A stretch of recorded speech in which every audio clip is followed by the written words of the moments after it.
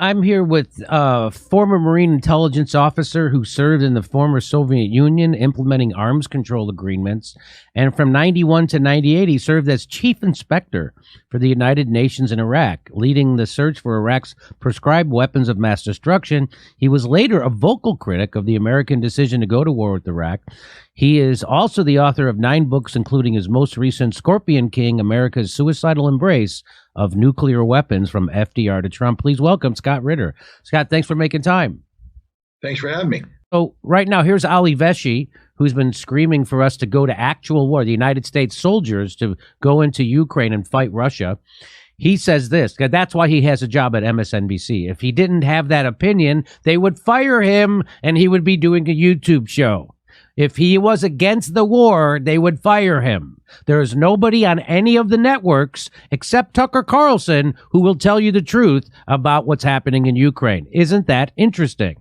So our Ali Veshi, he tweets out this. He says this remarkable New York Times investigation, remarkable. He's not skeptical at all of the New York Times, even though they've been wrong about everything when it comes to war in my lifetime. He says the remarkable New York Times investigation using satellite imagery disproves the Russian claim, amplified by U.S. conspiracy theorists, that somehow Ukrainians themselves killed or planted the dead bodies discovered in Bucha. So it's okay to think Russia did it. It's not okay to think someone else did it. That's a conspiracy. Just why? Because they don't like it. That's why that theory is a conspiracy, but their theory isn't. And he's saying that the New York Times, they investigated it themselves, and they got their satellite image from a shady defense contractor. I'll tell you that. And there's lots of other things. So I'm not saying this is real or not. I'm saying you should always be skeptical of a corporate news outlet that's claiming to report certainty about anything that's happening during a war, especially a war crime that feeds into the propaganda that our government is pushing. That's what a grown-up would do. That's not what Ali Veshi does, because he's paid to push manufacture consent for war. And he does it. He's doing it great. He's doing a great job.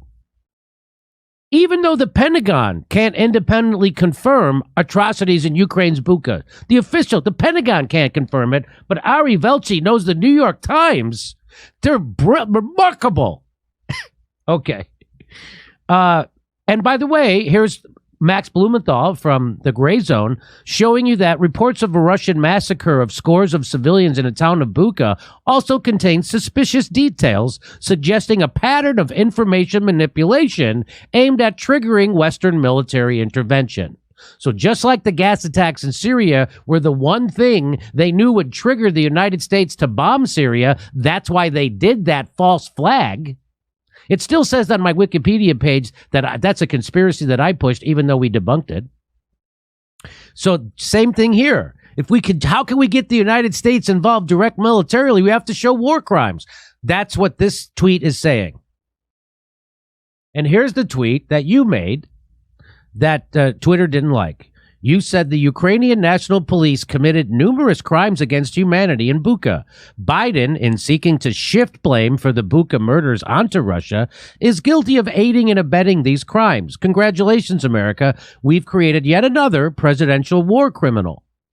As Chomsky has proven, every president since World War II is a war criminal.